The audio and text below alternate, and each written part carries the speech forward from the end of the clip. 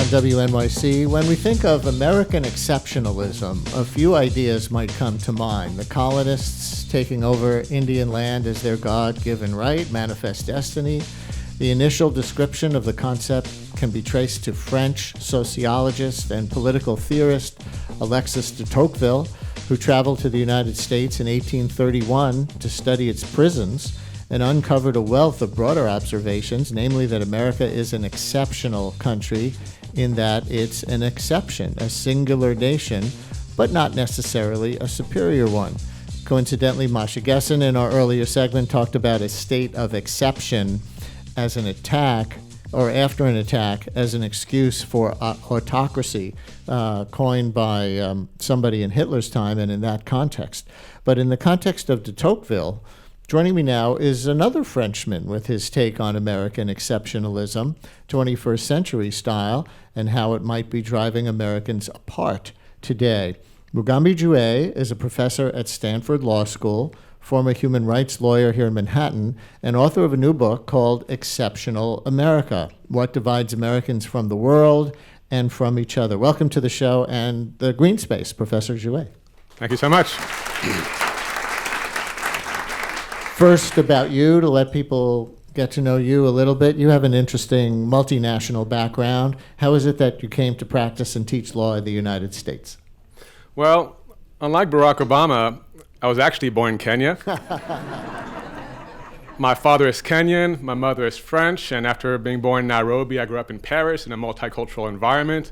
And ultimately, I decided to move to the US for college, going from Paris, France, not to Paris, Texas, but to Houston, Texas, and ultimately stayed on and became a human rights lawyer here. And I was really fascinated not only about the contrasts between America as a whole and France or other Western democracies living here, but at a huge contrast within the United States. I spent about 6 years in New York, spent time in New England, Chicago, in Alabama, Georgia, California. And this is a big part of the polarization, that America is very divided at a regional level, but it's also very divided at a partisan level because Americans routinely clash over a broad range of issues that are not controversial elsewhere in the West, like whether people should have a basic right to health care, whether special interests should be allowed to spend unlimited money on political elections and on lobbying, whether climate change is a hoax invented by know-it-all scientists or a scientific reality, whether women should have a basic right to abortion, whether contraception should be covered by people's health insurance, whether people should have an unbridled right to bear arms, whether to have mass incarceration, the death penalty, and whether even it's appropriate to reintroduce torture into Western civilization. That's a list. And those things that make us exceptional in political terms compared primarily to other Western democracies, I guess, are there things in U.S. history that you have come to understand, laid the groundwork for that as a related set of exceptions? Yes, a lot of this stems from American exceptionalism in the original sense of the phrase, namely that America is an exception. And most people today think that American exceptionalism means a faith in American superiority.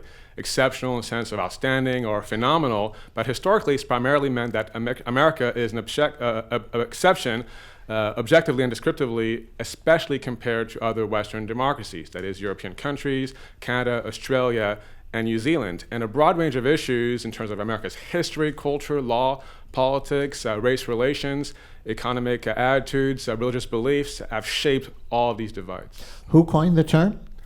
So interestingly, the phrase American exceptionalism was not coined by Tocqueville himself, as far as we know. Instead, it has been ironically traced to American communists. We used it in the early 20th century to talk about how the so-called universal laws of Marxism would have to evolve differently in America because of its distinct set of social and economic conditions. And after that epoch, it was mainly used by American academics who analyzed how America is different from other countries and for which reasons. And eventually, the phrase became widely used for the first time during the Obama presidency. And that's because Republican politicians routinely accused Obama of betraying American exceptionalism and the heritage of the Founding Fathers. But it's not what the phrase historically meant. You outline in the book 4 ways in which the polarization in this country has made it an exception in the Western world? That's not just the list of particular issues that we went through before, right? So there are four factors that are interrelated that shape much of American polarization: profound anti-intellectualism in parts of the country, fervent Christian fundamentalism, a visceral suspicion of government, and racial resentment. And put together, these four factors create a very hardline, anti-rational ideology that is very hostile to compromise. And these factors were already there well before Donald Trump even thought about becoming president, because they are rooted in unique dimensions of American history and culture. How did we get to anti-intellectualism in this country? Because one reading of American history would be that the founding fathers, Benjamin Franklin, who made discoveries in electricity and meteorology, the intellectual power that went into the Federalist Papers, and whether you were more on Hamilton's side or Jefferson's side or Burr's side of some of the arguments that people who saw the play Hamilton or reminded, really took place about the nature of society. How did we get from the founding of the country based on those things to the pervasive anti-intellectualism that you rightly cite? Ironically, this stems from a positive dimension of American exceptionalism, namely the fact that America was the first Western democracy to emerge from the Enlightenment. So the American Revolution of 1776 preceded the French Revolution of 1789, and with the birth of American democracy came an egalitarian spirit. Now, of course, it was full of contradictions, ranging from the cruelties of African slavery to the persecution of Native Americans, or the disenfranchisement of women in a firmly patriarchal society, but it was an egalitarian sentiment nonetheless. And as the historian Richard Hofstadter explained, this egalitarian sentiment created a populist conception not only of democracy in parts of the country, but of education, where some people started equating education with elitism, education as a badge of the pseudo-aristocracy. And that fostered the notion that people really don't need to be too educated because common sense is just good enough to understand the world and to make money. And this is the roots of the anti-intellectual mindset of not only Donald Trump, but many other American politicians, from Sarah Palin to George W. Bush, which seems increasingly rational as each day goes by. Listeners, anybody want to call in and talk about American exceptionalism or anything related with Mugambi Jouet, professor at Stanford Law School, former human rights lawyer here in Manhattan, and now the author of the book, Exceptional America, What Divides Americans from the World and from Each Other. And for our audience members here in the green space, you can raise your hand and we can come around and you can ask them a question if you like. You mentioned in the context of your last answer a positive aspect of American exceptionalism that wound up leading to anti-intellectualism. I think your original framing of American exceptionalism was more along negative lines. Are there other positive aspects to it that you would cite? Yes, there are many positive dimensions of American exceptionalism and others that also contribute to significant polarization. So one major aspect of American society is the Western democracy, with by far the highest proportion of Christian fundamentalists. According to data, between 1/3 and 40% of Americans are creationists, would think that God created human beings in their present form, and that the theory of evolution is false. And a similar proportion believe in apocalyptic biblical prophecies about the imminent second coming of Christ and the rapture.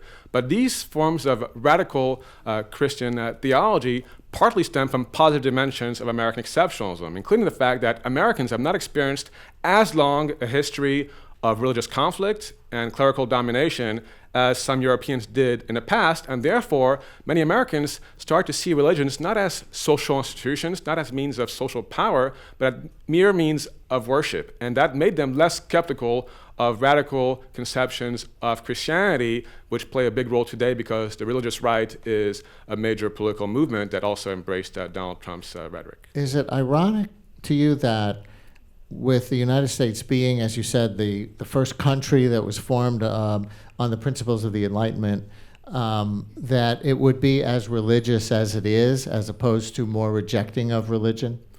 It's a great paradox in a sense that several founding fathers, including some of the most influential ones, Thomas Jefferson, Benjamin Franklin, Thomas Paine, were skeptical of Christian dogma.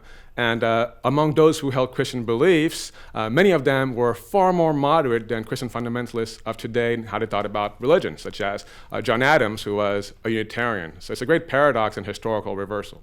Let's take a question here in the green space. Who's got it? Hi. Hi. So my question is about whether you think kind of weak educational systems are leading to some of this resentment of the intellectual classes, and that the divide between the professional classes and the rest of the U.S. is really what we need to address. The fundamental issue with anti-intellectualism is not really poor quality of education. In many ways, American education is quite good by international standards. So K-12 has struggled as of late, but it's not at the very bottom in the modern Western world. And American universities are often regarded as the very best in the entire world. But anti-intellectualism is more about a peculiar conception of education that can even be shared by graduates of top universities, because it's a skepticism of education that does not seem to have a practical purpose, such as an example I provide in my book of a classmate who said, well, I don't see the point about learning about history. What is that going to help me in my career? And this type of mindset among people who can be very studious, who can be very intelligent, of course has a broader political impact, because it makes people receptive to propaganda by politicians, say about, other Western democracies live under the tyranny of socialized medicine, or the more guns people have, the safer society is. And a lot of people who graduate from universities today are not able to make sense of very simple facts. We even had the example a couple of years ago, were you aware of this, where the governor of Florida floated the idea of charging more tuition to students in the state university who were studying anthropology. He mentioned anthropology and other things like that. I guess it would have included other social sciences, because there wasn't a relationship between those studies and contribution to the economy. Yes, and there are many other examples I provide in my book. For example, Ronald Reagan, when he was governor of California, complained that the state's great universities were subsidizing intellectual curiosity, and professors retorted that this was their very mission. We will continue in a minute with Mugambi Jouet, whose very mission, I presume, at the Stanford Law School is what we just heard. And he's the author of the new book, Exceptional America, What Divides Americans from the World and from Each Other. Among other things, we'll hear what de Tocqueville observed about the criminal justice system in the United States in the early 1800s that relates to mass incarceration today. Stay with us. The city of Boston designing a plan to tackle complicated issues of race. Because when you think about what's happened in the country, whether it's been the acts in Ferguson or New York or what's happened in Fenway Park and racist remarks all over the place, we need to do better as a society. Boston Mayor Marty Walsh, that's next time on The Takeaway, weekday afternoons at 3 on 93.9 FM.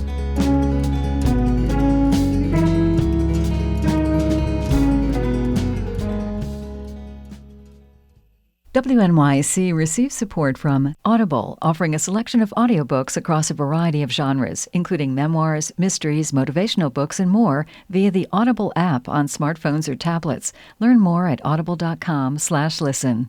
LV Wood, manufacturers of bespoke wood flooring. Bespoke wood floors are made to order and are all made in the USA. The New York showroom at 24 West 20th Street is open to the public. More at lvwood.com. WNYC is a media partner for the 39th season of the Brick Celebrate Brooklyn Festival, open to all. Thursday, an experimental indie rock night with Yesayer, Polisa, and Cymbals Eat Guitar, 7 p.m. at Prospect Park Bandshell, brickartsmedia.org.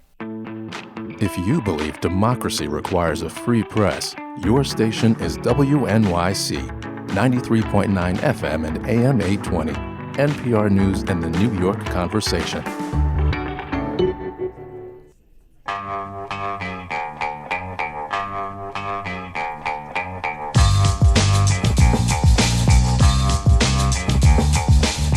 Lehrer on WNYC, live from the Green Space with Stanford University law professor Mugambi Jouet, whose new book is Exceptional America, What Divides Americans from the World and from Each Other. And let's take a caller.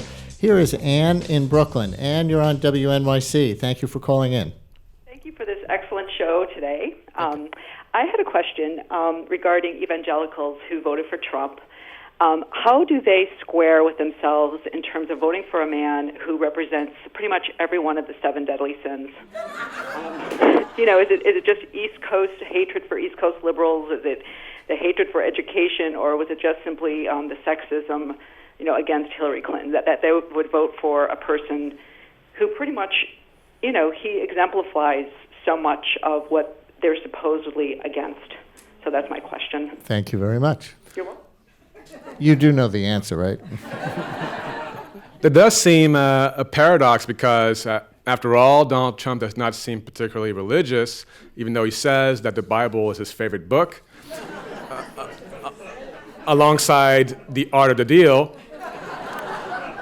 But the answer stems from not only the fact that Christian fundamentalists identify with other parts of his agenda, such as repealing Obamacare, but also that Christian fundamentalism is an ideology that extends beyond theological questions like the theory of evolution or cultural war matters like abortion and gay rights to other areas because it shapes black and white, anti-rational, anti-intellectual, authoritarian mindsets. And these are also among the traits of Donald Trump, which helps explain why they are drawn to this type of leader.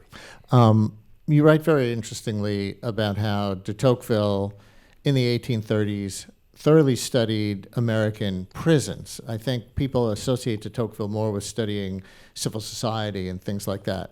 But he also looked at our prisons, and he wrote that in no country is criminal justice administered with more mildness than in the United States.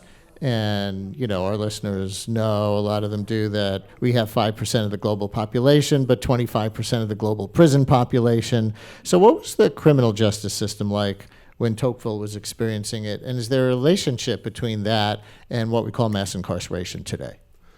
It's a great paradox that indeed in Tocqueville's epic in the 19th century, America was advanced in many ways. Tocqueville wrote a book where he argued that France should adopt some of America's penal practices, and today it's the exact opposite.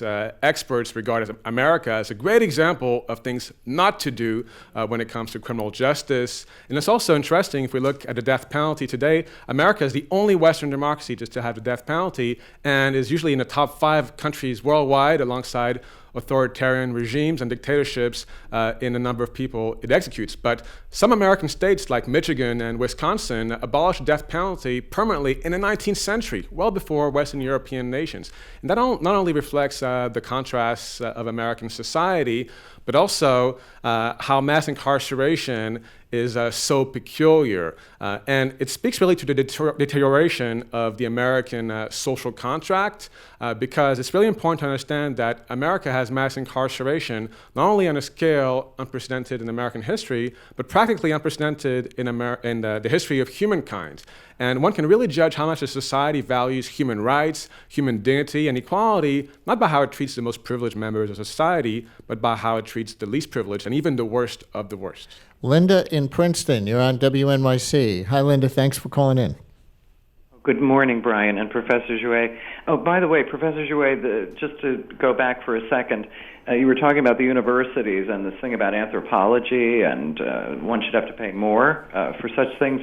Perhaps you've read Robert Maynard Hutchins. He was the youngest dean of the Yale Law School, I think at 25 in the 30s. He later became the president of the University of Chicago and wanted to keep American universities from being contaminated by what he called vocational training. He lost out, obviously. That's what we have now, it seems to me, by and large. Anyway, I wanted to ask your view. Samuel Huntington, in one sentence, said what's basically my view. The West, i.e. the United States in this case, won the world not by the superiority of its ideas or values or religion, but rather by its superiority in applying organized violence. Westerners often forget this fact. Non-Westerners never do. And I wonder, do you think, it seems to me that this policy in the greater world has been turned inward on the people of the United States themselves, especially black people, that organized violence, including emotional and intellectual violence. And I'll take my comment off the air. Thank you. Thank you. So we see a parallel not only between the war on crime, but also the war on terror and how people think about these issues in very black and white terms. They'll demonize offenders in America, in good part because of race prejudice and class discrimination as well against poor whites. And in terms of how they think about terrorism, there's a notion that it's not something that can be explained by social or political reasons, but it's something simply shaped by how some human beings are evil. And this mindset is rooted in different dimensions of American society, and also it shapes U.S. foreign policy a lot. We see that America is the Western democracy that exempts itself from international human rights treaties the most often. Also, it's the most likely to use force, and that was exemplified by the invasion of Iraq, which proved extremely controversial. And to this day, as I provide evidence in the book, a substantial proportion of Americans, 40 to 50%, still think that invading Iraq was the right decision. Let's go to Ziban on Staten Island. You're on WNYC with Professor Jouet. Hello, Ziban. Ziban, you there? Yes, good morning. How are you doing? Doing all right. Go ahead. Okay, the caller before this one wanted to make a comparison between white evangelical Christians, their notion of Christianity, and voting for Mr. Trump. Well, my mother likes to compare African politicians to Republican politicians. She says they both crave power, but they have no idea as to how to govern. All they want is raw power. It doesn't matter how they get the power. So she calls them white evangelical hypocrites. I just wanted to put that in and see if our guests can react to it. Well, that's a pretty big generalization about African politicians and Republicans for that matter. That's what my mother says. Yes. So the history... and rule number one is listen to your mother, right? The history of American religion and Protestantism is complex, and the evangelical movement is actually not uniform. I provide examples in the book of figures like Reverend Sizik, who supports same-sex marriage and equality and other progressive causes, and therefore it would be incorrect to paint everyone with the same brush. But still, if we look at some of their hardline positions, they not only stand out within American society, but also very much so by international standards. We just have under a minute left. What do you hope people take away from this book? It's really important to understand the root causes of why America became so polarized. And also, if America is to move forward, there are different things that people can do, not only be well-versed in different fields, learn about American history, but also not have an insular mindset, learn about the experiences of other countries. But in the end, Americans have made so many great contributions to democracy and to social progress that it's not only important to turn to other countries, but to turn inward if America is to move forward. And where there's life, there's hope. Stanford Law Professor Mugambi Jouet, his new book is Exceptional America, What Divides Americans from the World and from Each Other. Thank you so much for coming to the Green Space today. And thank you all, people, for coming to the Green Space today. Thank you. And thanks to everyone who listened. Join me there on WNYC. Talk to you tomorrow.